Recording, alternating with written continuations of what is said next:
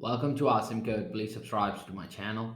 In this video, we will learn about zipping two different iterables. Zipping means attaching two different iterables to create a new one that contains values from both. If we had names and surnames and we want to zip together names and surnames, zip will make a new iterable where each item in the newly created iterable is a collection that is made by picking one item for each one of the providing iterable. Let's see how to do it. First, I will have a names. This will be first name,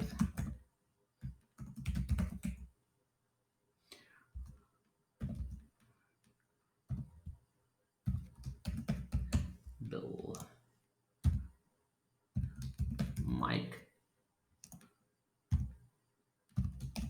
Gary, and last name,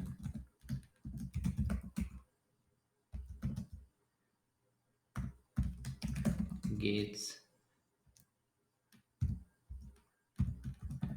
Tyson, and Davis. Now we can use zip and to zip together these names, and we will get full names by passing into zip our first names and our last names. And now we are going to just print and pass into list our full names. I will just create, save our script and run and check the result.